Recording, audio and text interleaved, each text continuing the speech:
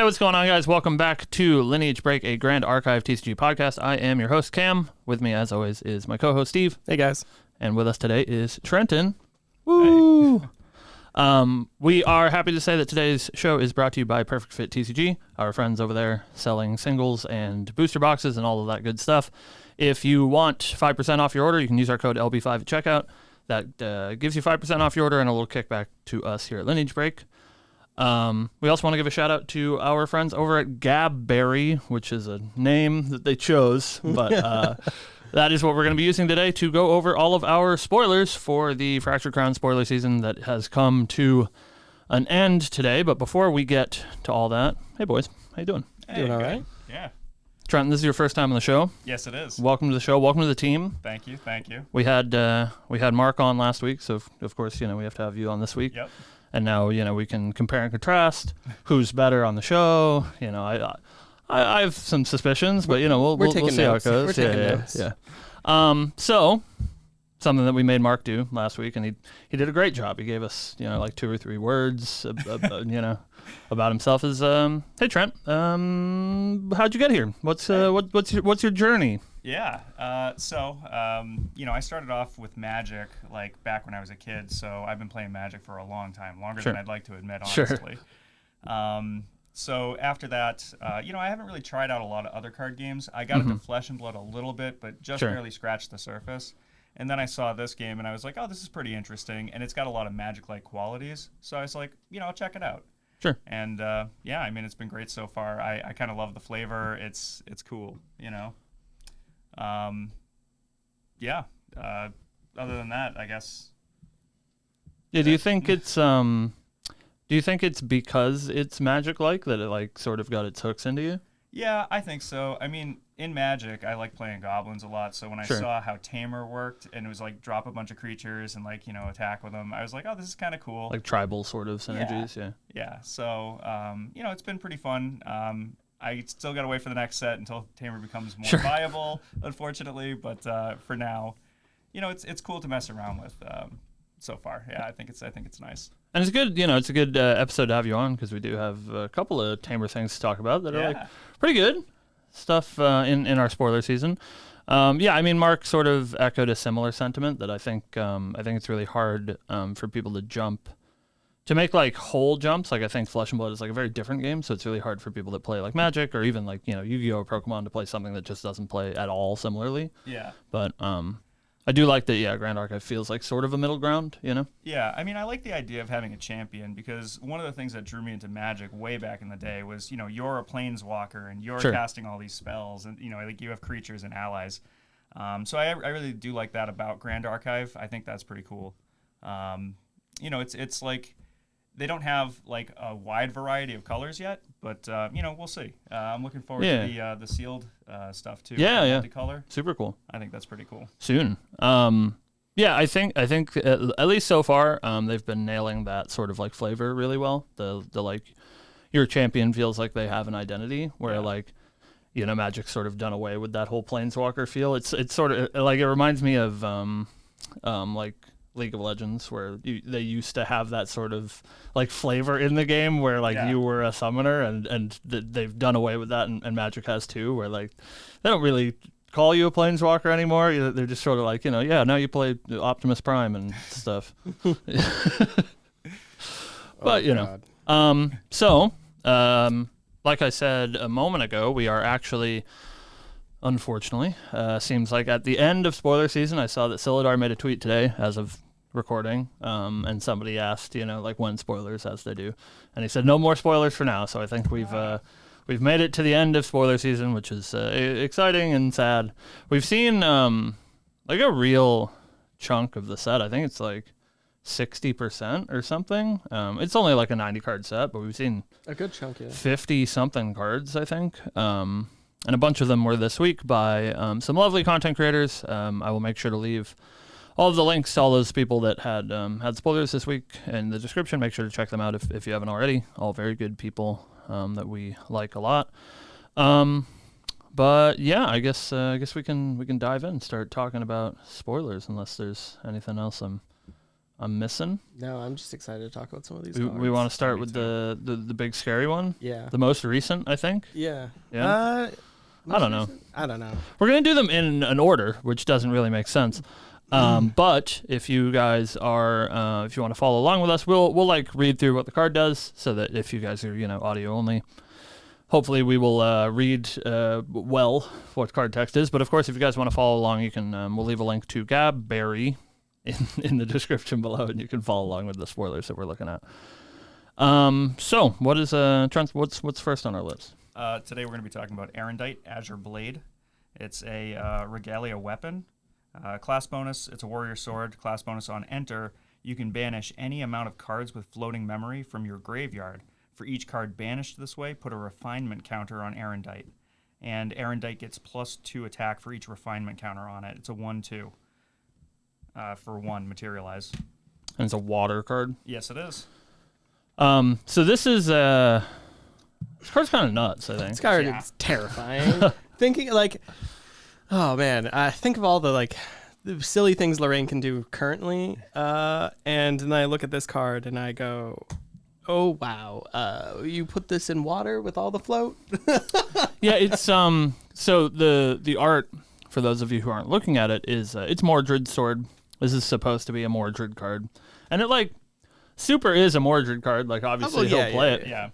But yeah, I'm with Steve on the where this card.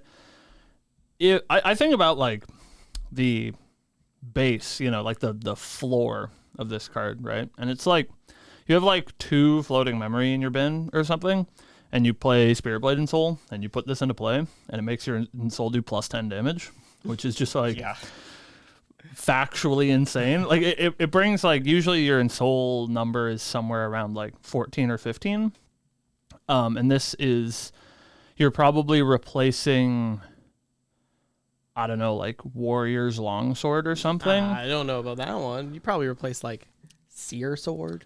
Sure. Yeah. Just a card. Well, I mean, that's you have to get your Seer Sword at level 1, right? That's sort of how that do. Oh, is that Seer Sword is the 0? Huh? It's the 0, yeah. I think your worst sword. Seeking, right?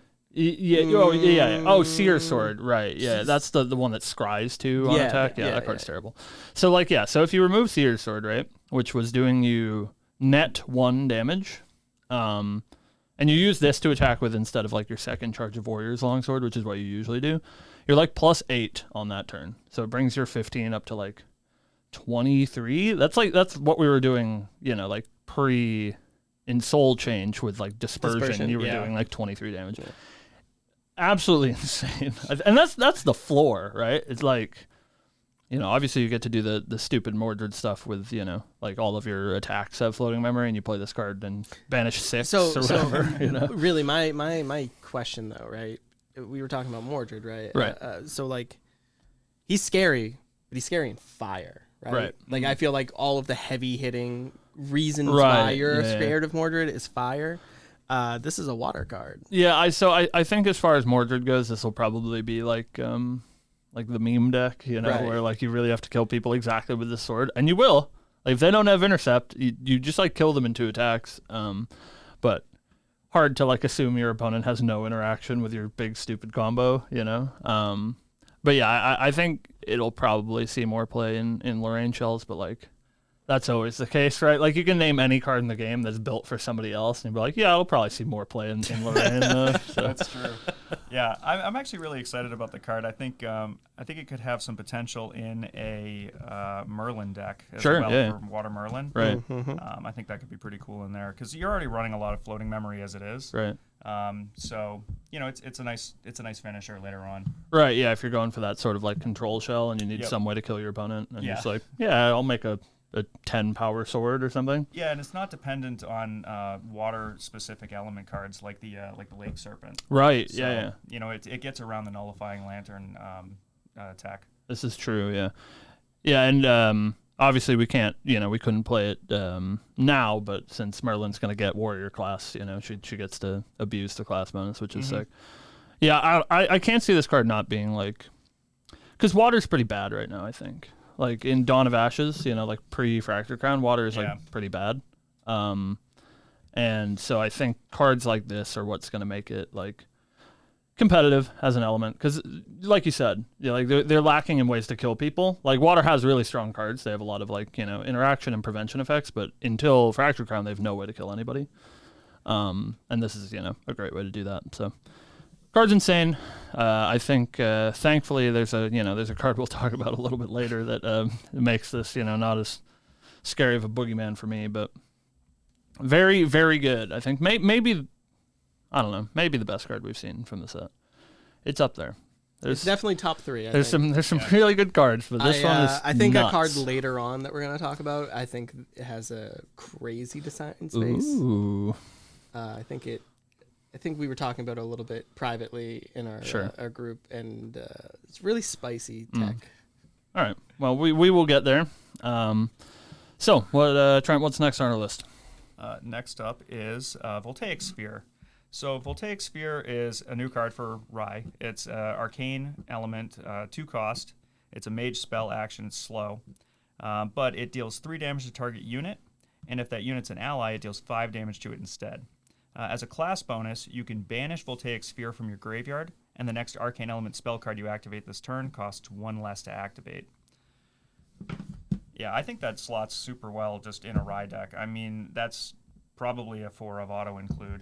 Yeah, I think this might be the best card in Arcane. Yeah. I mean, it's pretty nuts. So without the bottom text of this card, I read it and went, "Oh wow, this is a great removal for Rye. Right, awesome. Cost 2, it's clean. Yeah, you hit an ally, 5 damage. Not a lot of stuff's living there. If you need to, Ghost Face. You need to Ghost Face. Then that bottom text. It's so good. That bottom text, it banishes itself from the graveyard. Right. Yeah. It's insane. I found when I play Rye, a lot of the times I'll end up with arcane cards in my yard that I can't do anything with, and this just has that built in, which is beautiful. How many times have you been sitting at 9, right. level 9, 10 or whatever, and you have 2 cards in hand, and one of them's an arcane blast, and if only you had that one extra arcane card to banish to get yourself to 10, so you could just win the game. Happened to me 2 weeks ago. Right. Yeah, yeah. It's one of the reasons I don't play Rye. It's because of that like random chance of, oh no, I'm 2 cards short. Yeah. And now this card slots so well into that deck. Yeah, it's just like insane quality of life, I think, especially since like most of the like Arcane Rye combo decks are Fire these days, and Fire has so much incidental discard, but like there's part of you that, like, obviously you need to keep playable cards in your hand, right? But you also don't want to discard your arcane cards because you have to use them to, like, banish to level up to make sure that you hit a certain threshold. And this card is just so great that, you discard it with your Hasty Messenger because it doesn't matter, and you banish it later. Gives you a discount, which is gross. Like, like you said, when you're on that, I have 2 cards in hand, one of them's an Arcane Blast. This is +2 level, basically, right? Because it gives you, the discount and the card into banished. Yeah, I think this card's absolutely insane. I'm glad they gave it to Vazram, or die-hard Rye player. It's very good. I think it's insane. I don't know that I feel quite similarly about the next mage card to talk about, but like maybe I don't know. Yeah, Develop Mana. This card costs 3. It's a normal card. It's a mage spell action. It's slow, and its text says, "Put a level counter on your champion." That's it. That's it. That's what it does. We don't have them anymore, but I feel like this is in the same design space as maybe another normal card that we... Yeah. I don't know. I'm like really torn. I think it sits in a space, I think, where like, for me, that all of the normal cards do, I feel like about this card like I feel about like Careful Study or like Peer into Mana, where they're like, are they good? It's just like, it's on that line where I'm like, I can see this being fine, right? Like when you're a lower level and you don't have anything to do, you just like pay 3, put a level counter on your champion, and that's like fine text for later in the game. It's the same thing, right? It gives you a permanent level for later when you need it. But so it's like, you like pay 3, you put a level counter on your champion, you paid with 3 arcane cards, next turn you level up to 3, you banish those 3 arcane cards.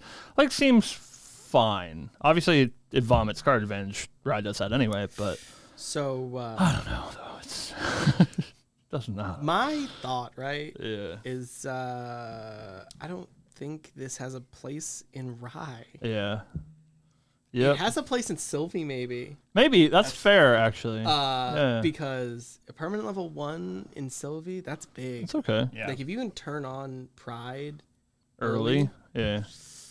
Yeah, Trent, how do you feel? Yeah. So, Sylvie player. I totally agree. One of the biggest problems is getting to Pride 5, especially, you've got boars on the field and you're sitting at Pride 3 and you're about to level up, but, that's only going to give you Pride 4. Right. Being able to drop this to hit Pride 5 is pretty strong because it's kind of a surprise.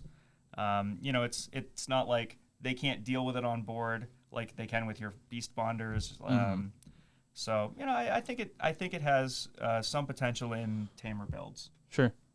Yeah, and I think there's something to be said, like you said, that it's like face down information, right? Where like your opponent, you have your, I don't know, your Tempest Silverback on board or whatever, and it's like a 10-10, and they're like, well, they're not going to hit Pride 5 next turn. They're only going up to Pride 4, and then you're like, I'll play this develop mana, I'll attack you for 10. It's like pretty good if they chose not to deal with your thing, and they could have, but. Yeah, you're right. I think this mage spell seems the most playable in not mage. I just feel like there's so many cards that exist that do this better. Voltaic Bolt. This is true. It's literally Voltaic Bolt, like we were just talking about. That's 2 levels. Right. Yeah. This is 1 for 3. Yeah. Yeah. I don't know. It's probably not great. But Sylvie Staple, I'm sure. Yeah. Mm-hmm. Well, we'll see. I mean, Kroll doesn't really need help. That's true. That's true. Yeah. There's no pride on that guy. Yeah, that's fair. All right, what we got next? So I was going to talk about Fracturize next. This card is a 2-cost water card. It's fast. It's an action cleric mage spell. Target item or weapon becomes a cleric fractal Fantasia with reservable and loses all other abilities. This effect lasts indefinitely, and it has floating memory. So I think this card is super strong. I really like the idea of changing their weapons when they go to attack with them into nothing. Mm-hmm. Yeah, I think this card's nuts. Yeah. It's like maybe probably not the most powerful, but it is maybe my favorite card. That they've Surprise. Cam and Steven like another cleric card. I know, right? It's so good though. It's exactly what water needs, right? Like the problem pre-Fractured Crown with water is that you have these great like recovery effects like revitalizing cleanse, and you have prevention effects like water barrier, but you don't have anything that is actually a clean answer, especially I don't think it's going to be as much of a problem post FTC, but with all of these infusion Lorraine lists running around, the problem that water has is you're like, yeah, you can water barrier their attack for 9, but they're still going to on-hit draw 3 cards because you didn't stop them from dealing you damage. Yeah. And so I think really clean answers to problematic weapons, clean answers to problematic items is super good. In a pinch, you can use this on one of your own things to give yourself a mana rock, which is really cool, where you play like a Proclamation of Tithes or whatever, and it's on play draw a card, and then later when it doesn't matter, you're like, yeah, I'll just turn it into a mana rock and give myself a float in the graveyard. The fact that this card is floating memory is just absolutely absurd. I don't know. Yeah, I think this card is like, I guess it depends on the meta, not like a mandatory, 4 of, but like I think it's going to be seeing. There's probably 4 in your 80, I think, almost all the time. Yeah, I don't see you playing less than 4. I'd play 8 if I could. Yeah, it's so good. Just because I'm already super excited for the water fractal deck. Right. And this just, gives you, like you were saying, you just target your own dead regalias and yeah, stuff. Especially if your plan is we're using refracting missile. Is that what that card's called? Yeah. The one that deals damage equal to fractals in play. Like if that's your primary win con, this is just +3 damage, right, for your your 3 or your 4 refracting missiles. Mm-hmm. And it's got floating memory. Yeah, the fact that this card is floating memory is insane. I just don't understand. I'm really leaning into the fact that I'm probably playing Merlin fractals. I think the problem is I think everybody's leaning into that fact, which means that I don't know what the meta's going to look like if everybody's trying to play hard water control. But I think this card's nuts, especially since we talked about Erendite earlier, and that card is so problematic, and especially in these Lorraine and Soul decks where they're going to get it back multiple times. It's just deals with it forever. They're not getting it back. they're not, you don't have to worry about it. You can do it like post them, they're like on enter trigger, so they're like, I'll banish 6 floating memory, and you're like, cool, get a nice mana rock for your trouble. Hope you liked nothing. I think this card's nuts, and we needed it in water, I think, which is great. So we're always happy for water to get more support, not biased at all. I agree with that. So I was going to talk about Parsonet next. Parsonet Royal Maid. So she's she has a 2-cost wind ally, unique ally, human assassin, level 2+. She has stealth, and you can tap or exhaust her to glimpse 1. Reveal the top card of your deck. When you reveal a wind element card this way, another target ally you control gains stealth until the end of the turn on a 1/3 body. Yeah. All right. So, as the resident assassin fiend, okay, sure. I love this card so much. And there's not been a single CSR that I've wanted. I've wanted them, but this is the first one where I need it. The art is so good. I need it. So, I'm gonna take a cam. You're doing me. Talking to the Sell camera. me your personettes. You're gonna have to get through Shinja first. That's the problem. That man's gonna be. Ooh, yeah. He's hunting. I know already. He's If I have to put on a maid dress, I will. That's getting immortalized on the internet. You know that, right? Like, I don't care. All right. I want this. Well, card. listen, folks. This is a great time to remind you that all 3 of us and Mark will be at Ascent in Houston. And if you want Steve to wear a maid dress, get him a Parmesan, and yeah, he'll be happy. Yeah, bring me a maid. I'll wear a maid dress. Trenton, you play Magic the Gathering. Oh yeah. Are you familiar with the card Mother of Runes? Yeah. Immediate mom thoughts right here. The Mother of Runes is like being able to get stealth on any other creature is amazing. It's so good. Anytime you want. Yeah. You also get to glimpse 1. Yeah. Really nice. You get a free scry. Yeah. I wish Mother of Runes gave you a free scry. Yeah. Right? That would be good. And like, she can't target herself, but she has stealth at level 2 anyway. Yeah. Right. I love this card so much. And the way that stealth attacks work, for anybody who's like a little bit newer to the game and is unfamiliar, it's cursed. If you declare an attack against a legal target, aka a card without stealth, and it gets stealth after the attack has been declared, that attack just fizzles. It doesn't happen. That damage is not dealt. So when Parsnet's on the board and she has stealth, it virtually means that whatever you want, whenever you decide, you can fizzle any attacks that are targeting it, which is just nuts. Did you guys know that this card does not have any class bonus on it? Yes, I did. So just everybody can play it. And so this really cool assassin card, you know where that's going to see play, Steve? Lorraine. in Wind Lorraine. And God, is she happy about it. Also, would love to point out, she's assassin human.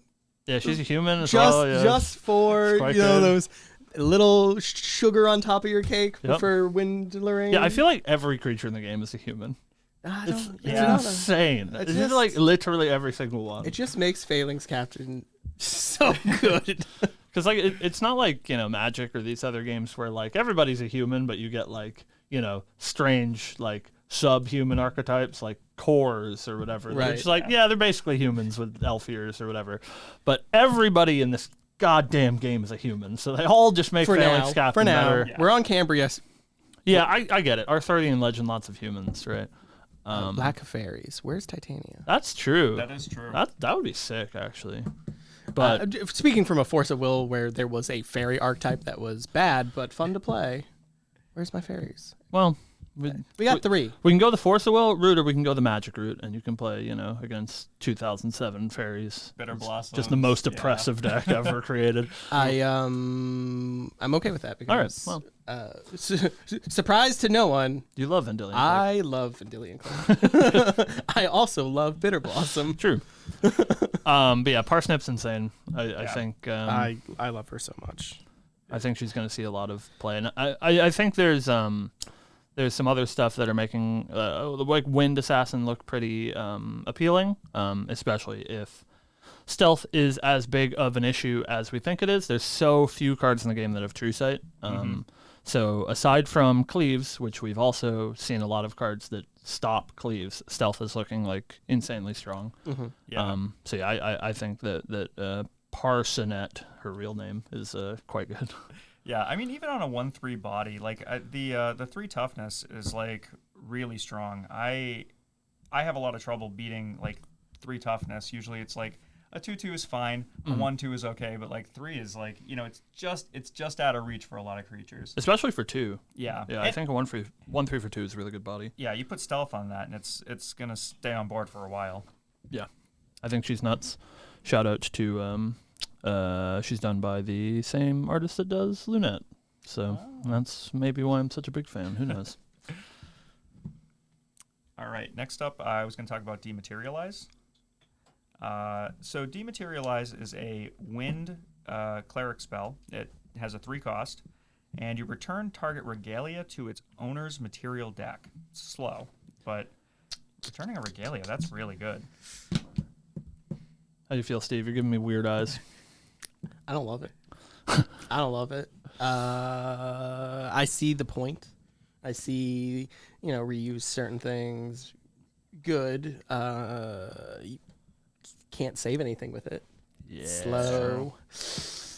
That's my issue. I think the best thing about this card is the art. Because it's Parsonet? Yeah, very cute.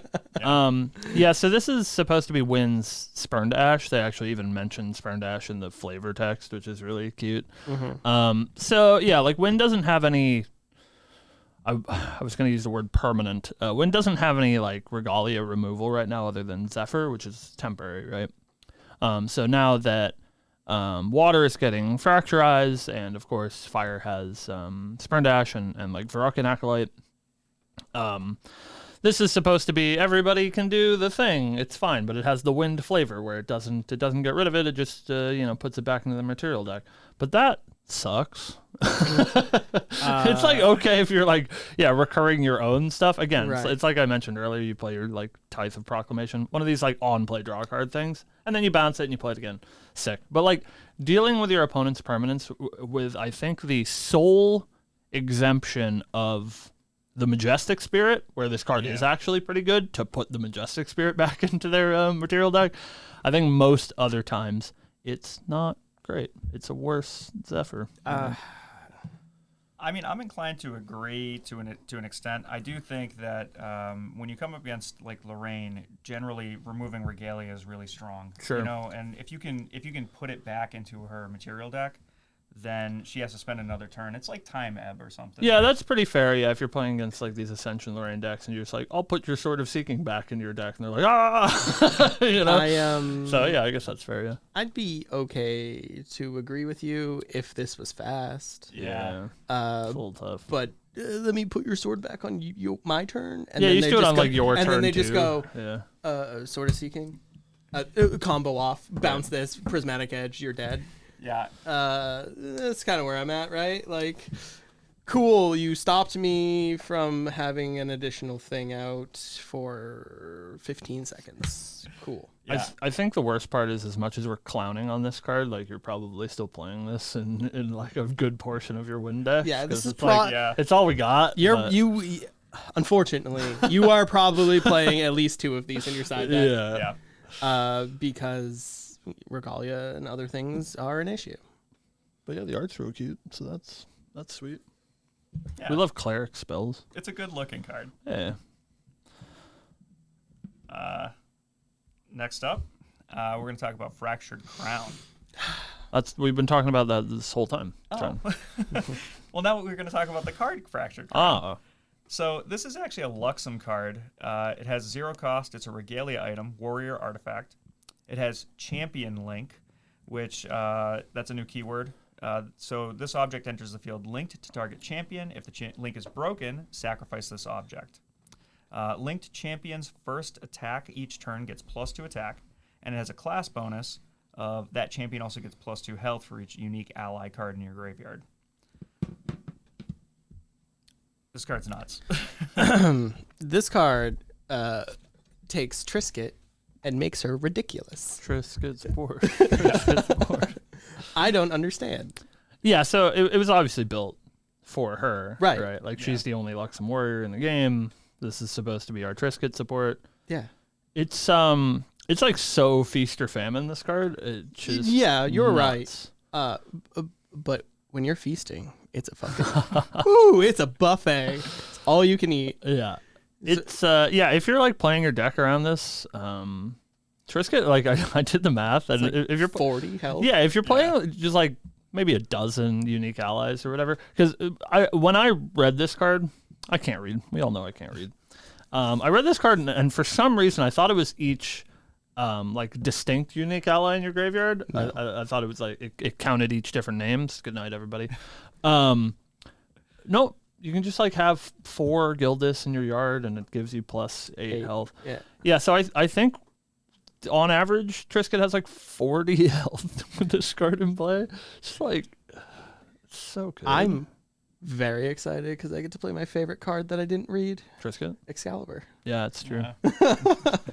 Yeah, the only problem with this card is obviously it's on a Regalia, and there's lots, we just talked about it, lots of Regalia removal. And the way that works is not in Triskit's favor. So if you have 16 damage counters on you and they play, say, a Dematerialize and bounce your Fractured Crown, you just die to state-based actions. So that part's not great. That you just like die to Doomblade. Like it's the age-old. This card is bad because it dies to removal. Right. But like it's your champion. I was gonna say, I hate being the guy that says dies to removal. Yeah, but it's you. Yeah, but the you player die to removal. It's like really tough. But I think this card is amazing. I love this card.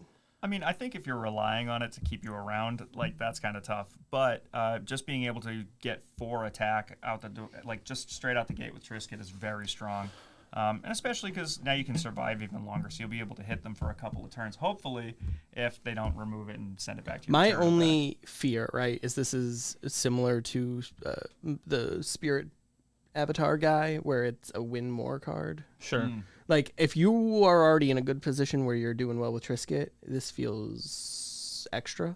Yeah, I think it's like it's insurance more than anything. Mm-hmm. I think that the +2 attack is, you're probably right, like something that you probably don't need. But when your opponent is on the back foot, like if you're playing the control game plan and your opponent is on the back foot, giving yourself an extra 15, 20 life that you assume, since they're probably like low on card advantage or something, they don't have a way to remove, is I think very good, so you don't die out of nowhere. Like Triskit obviously having 12 health means even if your opponent is losing, if they have one like reasonable pivot turn, they can just deal you 12 damage. Like Lorraine happens to draw an Ascension and that snowballs into a couple infusions and you die. I think there's like a super cute like build you could do with this, focusing on uniques, because just it allows you to play any color. Yeah, I wanted to play like fire-based turbo legendaries where you just bin all of your legendaries and then once you're level 3 you can play them all.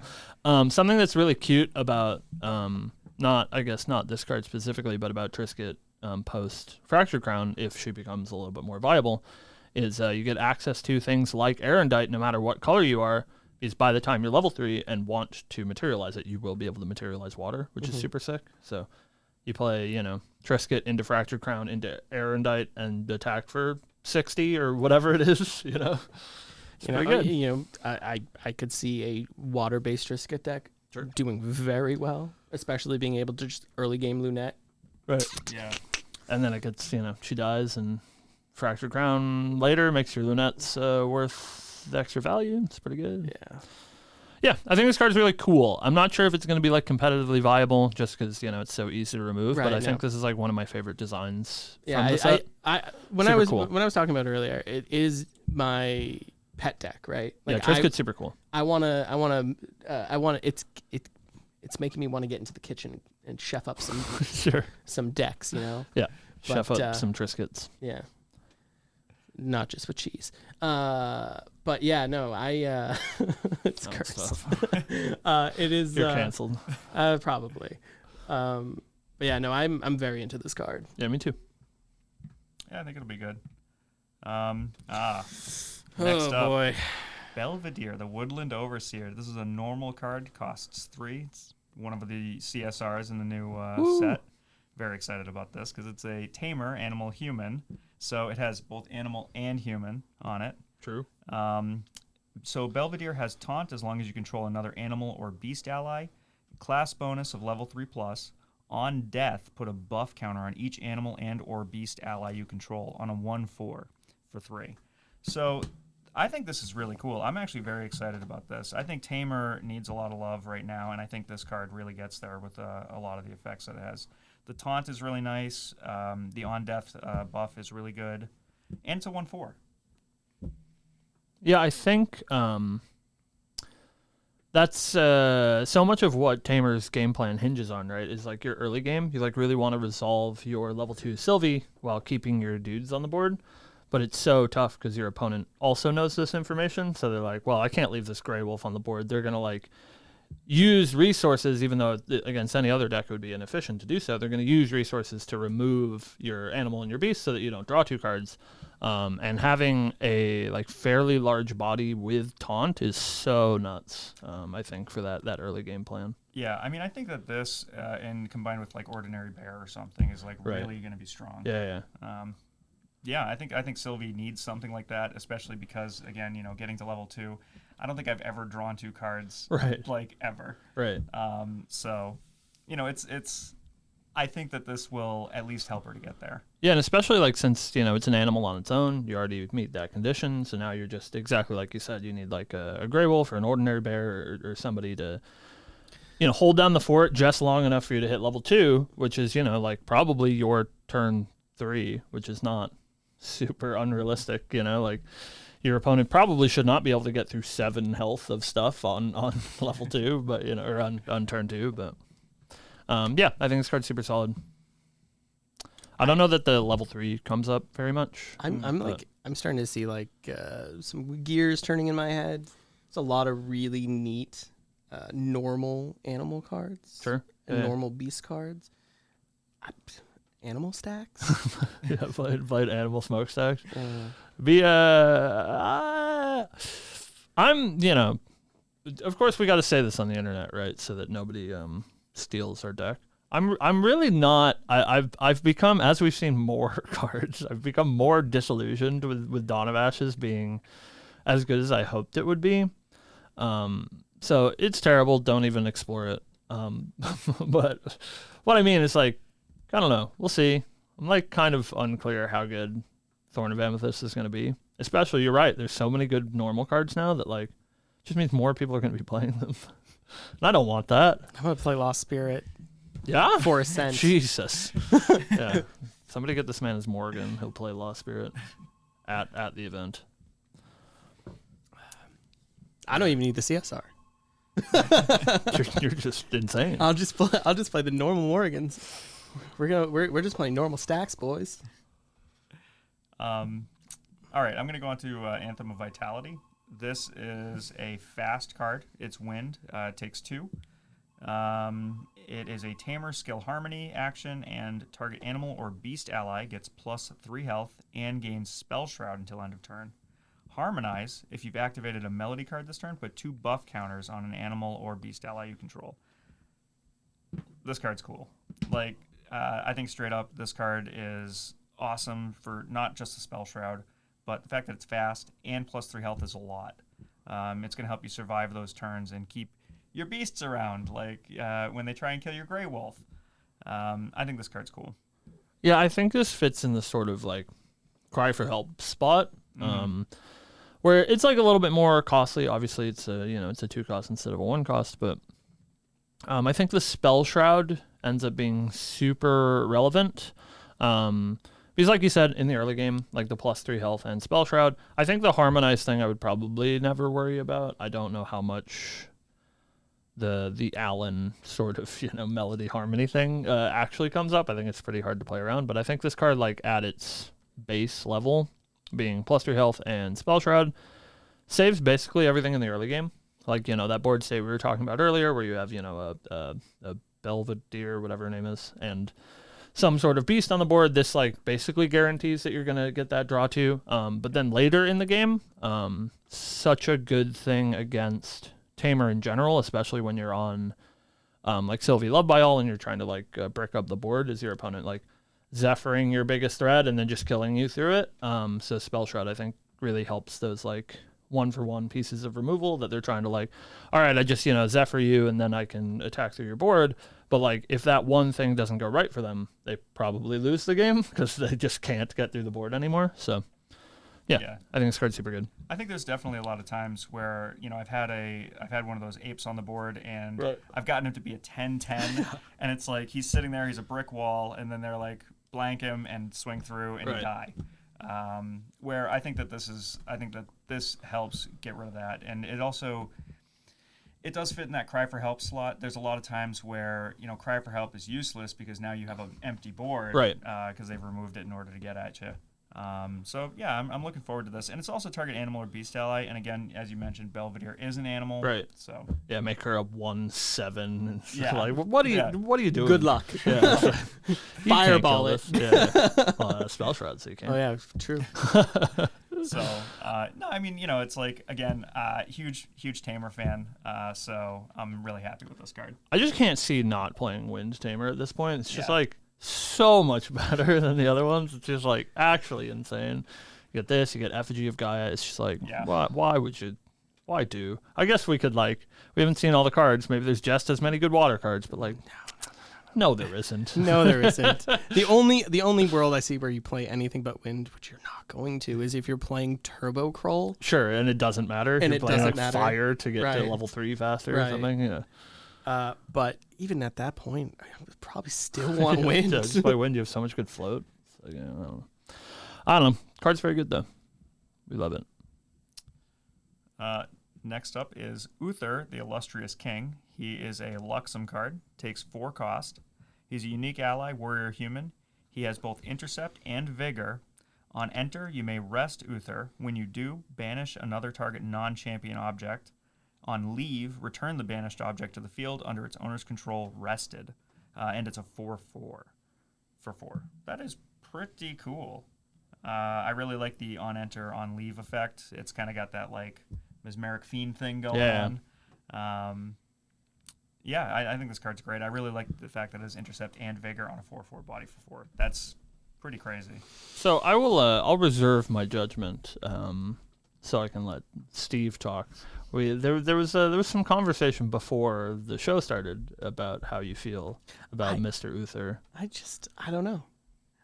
So my thought process, right, was before we had confirmed if you blink this, the thing is gone forever. Sure. So, not to cut you off, but to cut you off.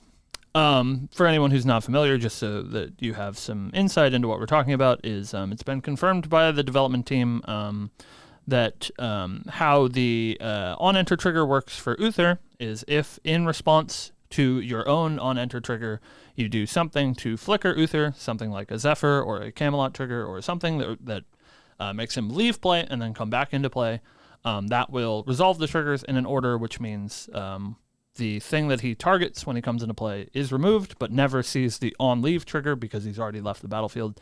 So that thing that you removed from the game stays removed from the game forever. Continue, Steve. So before I knew that, I did not like this card. Sure. I thought this card, it's another warrior card printed in Luxem, which Triskit or whatever. But there's no class bonus. I was gonna say there's no class bonus on it, and the more I look at it, the vigor and intercept and the 4/4, it's good. It is better now. Sure. That I understand the mechanic behind it, so you can Zephyr it and still, just blink something away from the game forever. Yeah, I mean, I think the theoretical upside, right, of getting these double triggers is super good. But I think even without that, Uther is he sort of feels like a sort of time walk effect where he steals the turn from your opponent, which I think a lot of times in Luxem Xander is what you need to sort of stabilize. I a lot of times when I'm playing that deck, I feel like I'm one turn away from like bridging the gap into being in control of the game. And the fact that Uther like deals with their most problematic threat, and of course they're gonna get it back. They're gonna kill him. He has intercept, and he's only a 4/4. It's not like he's immortal. But he's gonna come in. He's going to exile their best thing. He's gonna untap at the end of the turn, so he's a 4/4 ready to block as much damage as he can. And 4 is like pretty reasonably hard to get rid of for a lot of decks. So they're probably going to have to like piece trade a couple of things into him. Which hopefully should buy you probably like 8-ish life, if he takes a couple of attacks for 2 and he banished, their best thing, and hopefully that's enough for you to stabilize. So I don't know. I think he's like really good at the right spots, but you're right, and there's some boards where he's probably just not good enough. Feels like sort of Triskit in that regard, right? Where like Triskit is really great sometimes when I have her in my deck, but there's other times where I draw it and I'm like, why is this card in my deck? Why did I bother putting this card in my deck? Also worth noting that, he is a unique, so he does add to your Fractured Crown count, if that's what you're doing. Yeah, I don't know. John, how do you feel? Yeah, I mean, I think all the points you made are really valid. I really like the intercept on it as a 4/4. I think that's cool. I'm a huge fan of Vigor, actually, with intercept. Yeah. Because I am so sick of having a Vigor creature that doesn't have intercept. And, it can retaliate, but then they just swing They just don't around attack anyway. it. Yeah.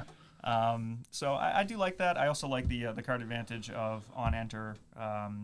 And, if they have to put several things into it to kill it, so you can go block and then Zephyr it on the second attack. Sure, yeah. That's very strong. I think those are the kinds of turns that are going to change the game. But we'll see. I mean, I think that it has a lot of room for, cooking. Room for cooking, for sure. Yeah, we're going to make that sick Wind Camelot deck, right? I'm telling you. That's what we're on. That's the move. Yeah. Just every turn you're like, just do the Uther thing every time he comes back. Favorable winds turns into remove your thing forever. Mm-hmm. That's pretty good. I don't know. Yeah, I think he's cool. He's also one of the CSRs. He and Parmesan are the 2 event pack CSRs that we've seen. Kind of surprised now that spoiler season is over that we only saw 2 event pack CSRs. I very much assumed there would be 3. Maybe there's only 2. Who knows? Maybe there's more parsnips in the world than we thought. Maybe there's some super secret. Maybe one that we don't know about. Maybe yet. they're I guess obviously the reason why we're getting spoiler season so early, because the set's not even out until August, is because the pre-order windows are closing soon. So if you guys are looking to pick up Fractured Crown, make sure to let your local game stores know that you're looking to pick up Fractured Crown, because pre-order windows are closing this week. So I know Silidar said that he wants everybody to see the chase cards so they know if they want to buy or not. So I guess in regards to the event pack, it doesn't matter that much because it's not a retail product. So Right. You don't really have to show those all ahead of time. So maybe they are hiding one. I don't know. Maybe he lied to us today and we're gonna get a spoiler, and next week we'll be like, dude, God damn it. He's just like, hey guys, rest the set. Here's this. But yeah, I think Uther is cool. A cool dude. Is that the end of our list? Are we missing anything else? Yeah, I think we've come to the end. We're pretty efficient, I think, at going through those spoilers. Yeah. Lots of exciting stuff, and like I said, we've seen probably 60% of the set now. I know that on Gabbery there's a spreadsheet made by Toxinator, I think, that I think has the numbers of how many what the percentages of cards that we've seen, and a lot of those don't have art because they're Silidar spoilers that came out at 4 a.m. So I don't know if we're supposed to talk about those or what, because some people have seen them and some haven't. I don't know. It's a whole thing, but yeah, we've seen, I think, probably all that we're going to see for the next couple of months, which is sad, but I think we have enough cards that I'm going to start brewing a little bit, Oh, for sure. And then of course the best card will be some common that we don't know about, and it'll break every deck that we've tried. But it literally just says right, draw one Refurbish, floating memory. Yeah, it says 4 mana, put 2, counters yeah. on a weapon. Yeah. Yeah, so that is Fractured Crown spoilers. We hope that you guys are as excited as we are. If you let us know what card are you most excited about. Are we wrong? Do we think that Dematerialize is broken? Who knows? Let us know. I think that is all that we have for the show, unless there's anything else you guys want to cover before we get out of here. I don't think so. Yeah. Unless we want to just talk about Kroll again and how great that card is going to be. He's he's all right. He was better when he had more stuff on him. Does to know away. I don't know. Whatever. I think the card's awesome. I'm really looking forward to that.